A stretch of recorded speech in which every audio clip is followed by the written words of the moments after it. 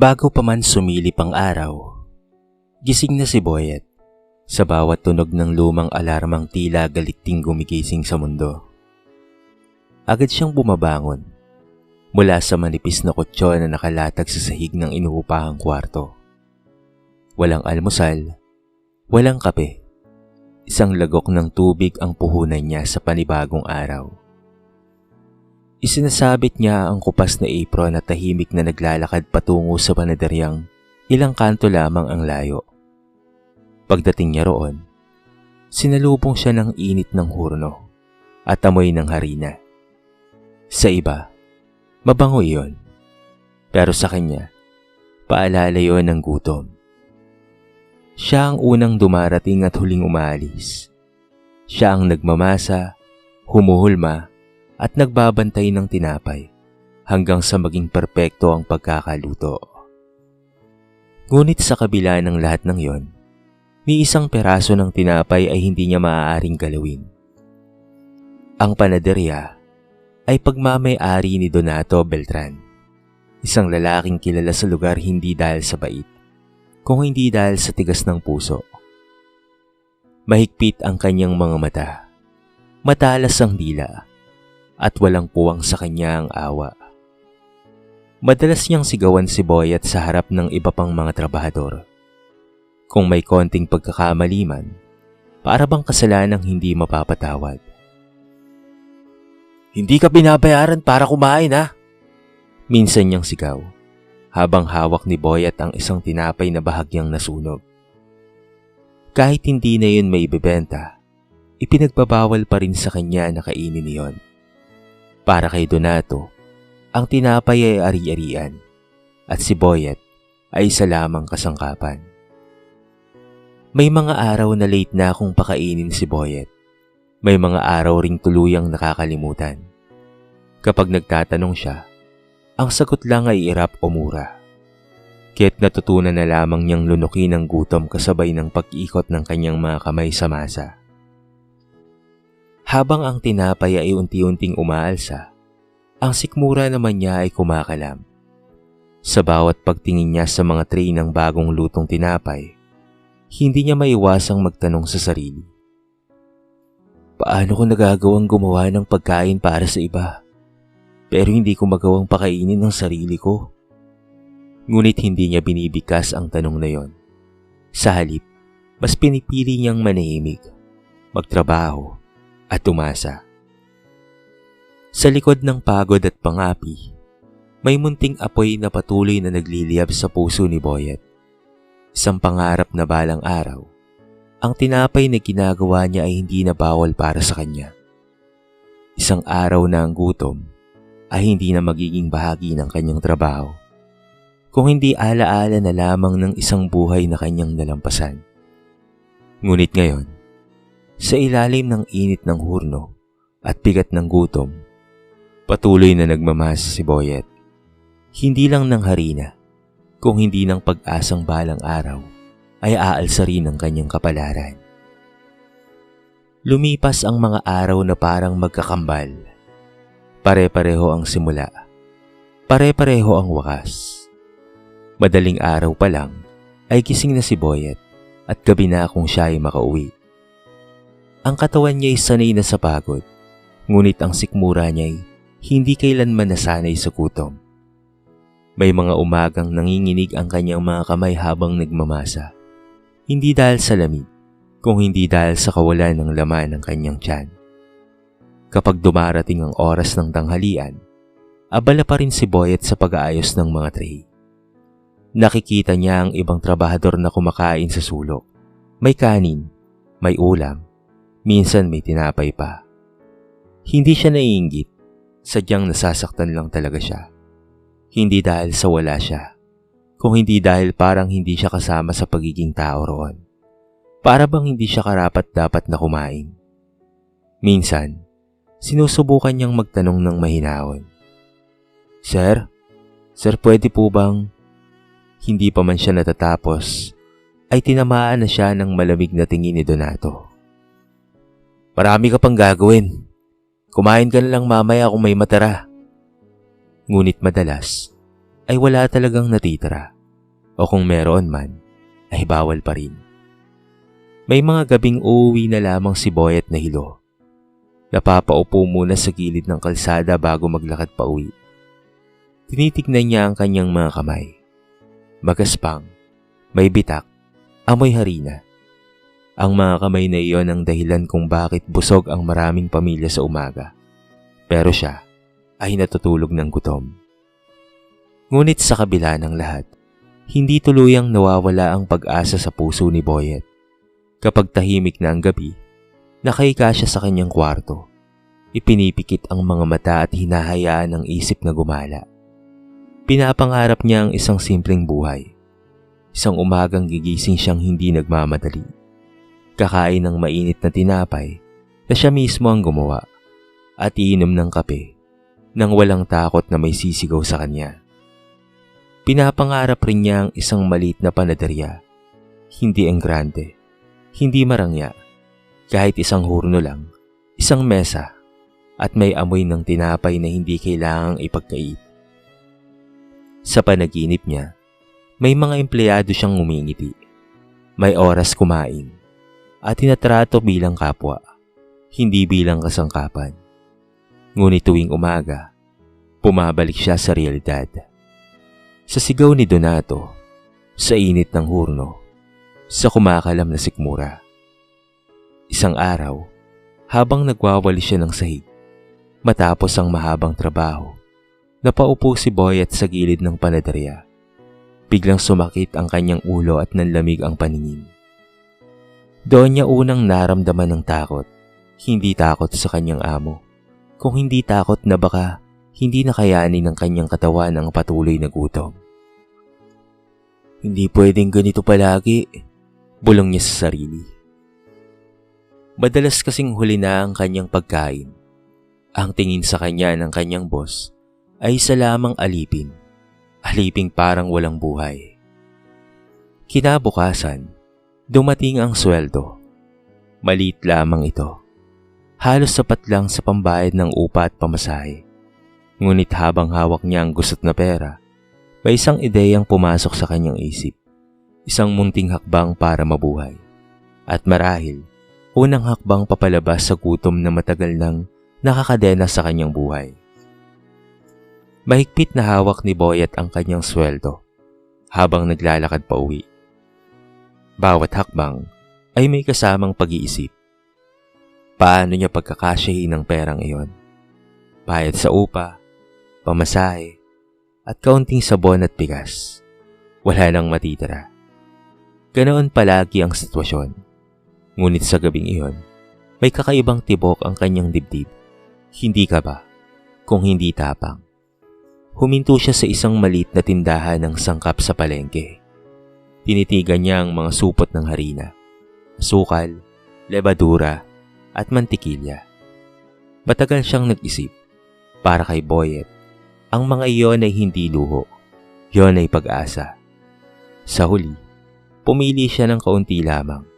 Hindi pinakamahal. Hindi rin pinakamarami. Sapat lang para makagawa ng ilang perasong tinapay. Pagdating sa kanyang inuupahang kwarto, inayos niya ang maliit na mesa na nagsisilbi na ring kusina. Hapagkainan at minsan ay kama. Walang hurno, walang mixer, kamay lang, tiyaga at kaalaman. Habang hinahalo niya ang harina at lebadura, ramdam niya ang kakaibang saya. Sa unang pagkakataon, hindi siya gumagawa para sa amo, hindi para sa tindahan, kung hindi para sa kanyang sarili. Tahimik ang gabi. Tanging tunog ng kanyang pagmamasa ang maririnig. Hinayaan niyang gabayan siya ng karanasan. Dinagdagan niya ng kaunting asukal. Binawasan ng tubig. Pinahaba ang oras ng pahinga ng masa. Hindi niya alam kung bakit. Basta't pakiramdam niya, ganoon ang tama. Parang may bumubulong sa kanyang loob. At nang maluto na ang tinapay gamit ang improvised na lutuan, napuno ang kwarto ng amoy na matagal na niyang inaasam-asam. Mainit, malambot at sariwa. Maingat niyang hinati ang isang peraso. Umuusok pa ito. Nanginginig ang kanyang kamay habang dinadala sa bibig ang unang kagat. At doon, napapikit si Boyet, hindi lang dahil sa sarap, kung hindi dahil sa emosyon. Sa unang pagkakataon matapos ang napakatagal na panahon, kumakain siya ng tinapay na hindi ninanakaw, hindi pinagbabawal, hindi may kasamang takot, at higit sa lahat, ito ay tinapay na gusto niya, sapagkat ang tinapay na gusto niya ay ang kanyang sariling gawa. Tinapay na may lasa ng tagumpay, kahit sa maliit na paraan pa lamang. Mula noon, tuwing sasahod siya, kahit kaunti, lagi siyang bumibili ng sangkap. Ginagawa niya ang tinapay sa gabi at tinadala minsan sa trabaho, hindi para ibenta, kung hindi para may makain kapag siya'y nalilipasan ng gutom. Sa mga sandaling nakaupo siya sa gilid ng bake shop, hawak ang sariling gawa, doon niya nararamdaman ang kaunting dignidad. Unti-unting pinag-aaralan niya ang timpla. Minsan, mas malambot, minsan mas mabango. May mga perasong hindi pumapasa sa panlasa niya, ngunit may ilan na kapag kanyang natitikman, ay napapangiti siya. May kakaiba, may potensyal. Hindi pa niya alam. Ngunit sa bawat gabing nagmamasa siya sa kanyang munting kwarto, may isang bagay na hinuhubog. Hindi lamang tinapay, kung hindi isang kapalarang unti-unti nang umalsa na handang sumabog sa tamang oras. Isang umaga, mas maaga kaysa sa karaniwan ng pagod ni Boyet. Halos hindi siya nakatulog dahil sa magdamag na paggawa ng tinapay sa kanyang kwarto. Kaya nang matapos ang unang bukso ng pagbibake sa panaderya, naupo siya sandali sa gilid ng bake shop, sa ilalim ng sirang tolda. Sa kamay niya ay may isang peraso ng tinapay, sariling gawa. Nakabalot sa lumang papel. Dahan-dahan niya itong kinain, ninanamnam ang bawat kagat. Hindi niya napansin na may nakatingin pala sa kanya. Pasensya na. Biglang may nagsalita.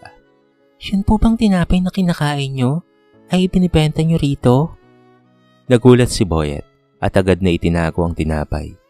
Inakalang may nagrereklamo. Ngunit nang tumingala siya, nakita niya ang isang babaeng may maamong mukha at mausisang mga mata.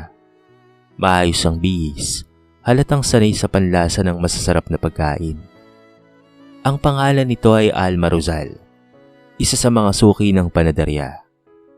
Hindi po, sagot ni Boyet. Sariling gawa ko lang po.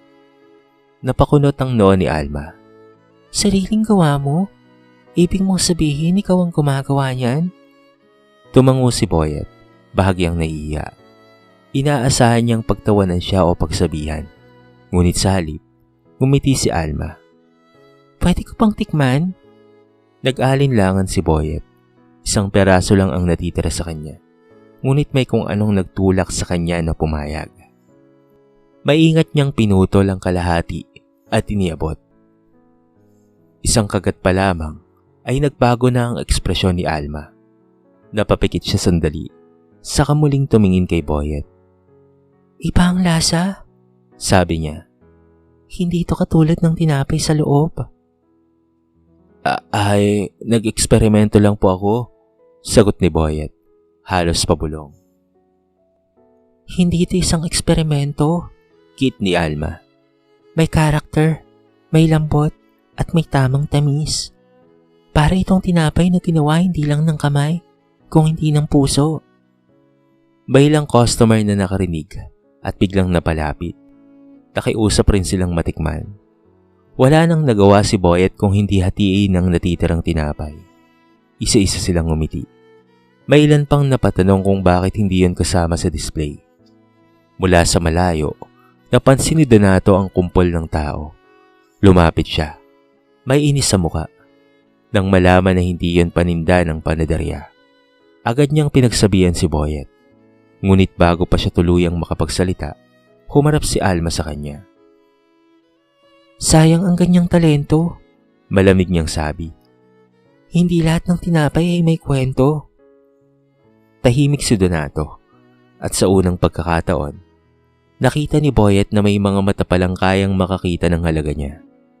kahit hindi siya pinapansin ng mundong matagal na niyang ginagalawan. Hindi pa niya alam kung anong susunod na mangyayari. Ngunit mula ng araw na yon, may isang binhing na itanim at nagsimula na itong umusbong.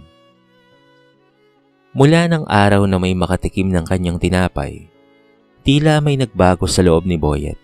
Hindi kaagad ang mundo. Hindi kaagad ang trato sa kanya. Ngunit ang kanyang sarili. Tuwing nagmamasa siya sa panaderya ni Donato, hindi na lamang siya pagod.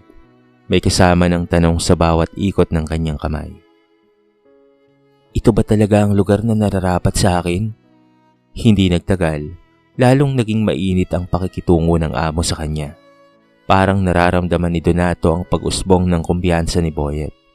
Mas madalas ang sigaw, mas mabibigat ang utos, mas mahigpit ang bantay. Minsan, sinadya pa niyang itapon ang tinapay na baon ni Boyet. Sabay sabing, "Dito ako kumikita. Huwag kang magdadala ng kalokohan mo."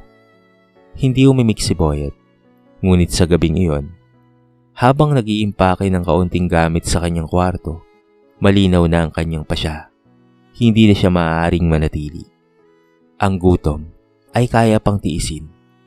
Pero ang pagyurak sa dignidad ay hindi na. Sa huling araw niya sa panaderya, maaga siyang dumating gaya ng dati. Ginawa niya ang kanyang trabaho ng tahimik at maayos. At nang matapos ang huling batch ng tinapay, hinubad niya ang apron at inilapag sa mesa. Lumapit siya kay Donato. "Alis na po ako," mahinaon niyang sabi. Napatawa ang amo. "At saan ka naman pupunta ha? Sa tinapay mo?" Mayalakkak ng pagmamaliit. Hindi na sumagot pa si Boyet. Ngumiti lamang siya. Hindi para magyabang. Hindi para magmataas. Kung hindi para payapang umalis. Lumabas siya ng panaderya. Magaan ang hakbang kahit mabigat ang bulsa. Sa mga sumunod na araw, nagsimula siya sa maliit, isang lumang kalan, isang hulmahan, at kaunting puhunan. Sa gilid ng inuupahang bahay, doon niya itinayo ang munting lutuan. Walang karatula, walang pangalan. Ang unang mga tinapay ay pinamahagi niya sa ilang kakilala at sa mga nagugutom na tulad niya noon. Hindi naging madali. May mga araw na walang bumibili. May mga gabing nasusunog ang tinapay. May mga sandaling muntika na siyang sumuko. Ngunit tuwing maaalala niya ang mga mata ng mga taong unang nakatikim, lalo na ang pagkilala sa kanyang gawa, bumabalik ang lakas ng loob niya. Unti-unti, may bumabalik. May nag-order muli. May nagdadala ng kaibigan. Ang tinapay ni Boyet ay hindi man perpekto sa hugis, pero perpekto naman sa pakiramdam at lasa. May init, may kwento, at sa bawat umagang binubuksan niya ang munting lutuan, alam ni Boyet na kahit maliit pa lamang ang kanyang mundo, ito ay kanya. Walang sigaw, walang nagbabawal, at walang gutom na pilit na itinatago. Hanggang sa hindi na namalayan ni Boyet kung kailan nagsimulang dumami ang taong kumakatok sa kanyang munting lutuan. Sa una, 1 o 2 lang tuwing umaga. Mga kapitbahay na naaakit sa amoy ng bagong lutong tinapay. Sumunod, ang mga kakilala ng mga kakilala nila. Hanggang sa hindi na sapat ang iisang tray na kanyang inihahanda. Naglagay siya ng maliit na karatula na yari sa karton. Tinapay ni Boyet, gawa sa puso. Hindi yun pang market, ngunit ito ay totoo. At marahil yon ang dahilan kung bakit kumalat ang pangalan niya. Hindi sa patalastas, kung hindi sa kwento. Kwento ng panaderong hindi pinakain, ngunit patuloy na nagpakain ng iba. Lumawak ang kanyang lutuan, nadagdagan ang hurno. Nagkaroon ng maayos na mesa, estante, at kalaunan na isang maliit na pwesto sa gilid ng kalsada. May mga araw na sold out bago pa magtanghali. Sa unang pagkakataon, nakakakain si Boyet ng hindi nagmamadali. Nakakain siya ng sarili niyang tinapay, busog at payapa. Isang umaga, may lalaking pumasok sa kanyang panaderya na pamilyar ang tinig. Matigas ang mukha, tuwid ang likod, at mayabang ang lakad. Hindi siya kaagad nakilala ni Boyet. Nang umorder ito at marinig ang pangalan sa resibo, saka lamang niya napagtanto, si Donato Beltran. Sandaling natigilan ang dating amo nang mapatingin sa likod ng counter. Kumunot ang noo niya. Tila may pilit na inaalala. "Boyet?" tanong niya. May halong gulat at hindi makapaniwala. "Ako nga po," sagot ni Boyet. Mahinahon. Tahimik ang paligid. Tila mas mabigat pa sa init ng hurno ang tensyon. Nilibot ni Donato ang mata sa panaderya. Malinis, maayos, puno ng customer. Ang mga tinapay na dating ipinagkakait, ngayon ay may sarili ng pangalan. "Hindi ko inaakala," bulong ni Donato. Ngumiti si Boyet. Walang yabang, walang galit. "Hindi ko rin po inakala, sir." Umalis si Donato na walang dagdag na salita. Dala ang tinapay na minsan niyang ipinagbawal kainin. At sa paglabas niya, parang merong naiwan. Isang aral na huli na niyang natutunan. Sa gabing iyon, nagsara si Boyet ng panaderya ng may pasasalamat. Hindi lang dahil sa kita, kung hindi dahil sa dignidad na matagal na niyang hinanap. Ang kanyang pangalan ay hindi na lamang nakaukit sa apron. Nakaukit rin ito sa puso ng mga taong binubusog niya. Napakasarap kasi ng kanyang paninda. Ang kanyang mga gawang tinapay ay talaga namang humahalimuyak at punong-puno ng lasa. Lumipas ang mga taon na hindi na malayan ni Boyet na ang munting lutuan na minsan nagsisilbing kanlungan ng kanyang pangarap ay naging ganap na malaking panaderya. May maluwag na espasyo, malinaw na salamin sa harapan, at amoy ng tinapay na umaabot hanggang kabilang kanto. Ngunit sa kabila ng pag-asenso, nanatiling payak ang kanyang pamumuhay at hindi nagbago ang kanyang puso. Sa loob ng panaderya, kapansin-pansin ang kaibahan. Ang mga trabahador ay may oras na kumain, may pahinga at may ngiti sa mukha.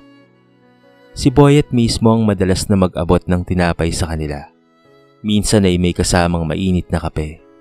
Para sa kanya, ang bawat empleyado niya ay hindi kasangkapan kung hindi kanyang kapwa. Dahil minsang siya rin ay nasa kanilang kalagayan. Tuwing madaling araw, bago pa man magbukas ang panaderya, nag-iisa si Boyet sa harapan ng hurno. Tinitignan niya ang apoy at sa bawat sindi nito ay bumabalik ang mga alaala. Ang gutom, ang pang-aapi, ang tahimik na pagtitiis. Hindi para magkimkim ng galit, kung hindi para magpasalamat sa lakas na ibinigay sa kanya upang malampasan ang lahat. Isang umaga, may batang pulubi na tumigil sa harapan ng panaderya. Tinititigan nito ang mga tinapay sa loob. Halatang gutom ngunit walang lakas ng loob na pumasok. Lumapit si Boyet. May hawak na bagong lutong tinapay at iniabot iyon sa bata. "Kumain ka," sabi niya ng may ngiti. "Wala tong bayad." Nagliwanag ang mga mata ng bata. Sa sandaling iyon, napangiti rin si Boyet dahil nakita niya ang sarili niya sa batang iyon. Habang lumulubog ang araw, nagsara ang panaderya sa isa na namang matagumpay na araw. Umupo si Boyet sa harap ng kanyang tindahan. Hawak ang isang peraso ng tinapay na siya mismo ang gumawa. Kumagat siya at bawat kagat ay may kasamang pasasalamat sa Diyos. Sa kwentong ito ay marami tayong mapupulot na aral. Ang tunay na tagumpay ay hindi nasusukat sa dami ng pera o laki ng negosyo, kung hindi sa kung papaano mong tinatrato ang kapwa habang inaabot mo ang iyong pangarap. Ang gutom, hirap, at pang-aapi ay maaaring magpatibay o magpabagsak sa iyo. Ngunit kung haharapin ng may tiyaga, kababaang loob at pananampalataya, ang apoy ng hurno ay hindi masisira. Kung hindi huhubog sa iyo upang umalsa. At sa buhay ni Boyet, ang tinapay ay hindi lamang isang pagkain. Ito ay patunay na ang taong minsang pinagkaitan ay maaaring maging biyayang nagbibigay buhay sa iba. Dito na po nagtatapos ang ating maiksing kwento sa araw na ito. Sana po ay nagustuhan nyo. At sana po ay kinapulutan nyo ng maraming aral. Kayo mga kabarangay, anong masasabi nyo sa ating kwento? I-comment nyo naman po sa baba ang inyong mga reaksyon at babasahin natin ang lahat ng yan. I-comment nyo na rin kung taga saan kayo para naman malaman ko kung hanggang saan nakaabot ang video na ito. Paki-like and share na rin po ang ating kwento para mapakinggan rin ng iba. At kung bago ka pa lamang sa ating channel, baka naman pwedeng pakihit ang subscribe button at bell notification button para palagi kang updated sa mga bago nating upload na katulad nito. So paano mga kabarangay? Hanggang sa muli, thank you so much and peace out!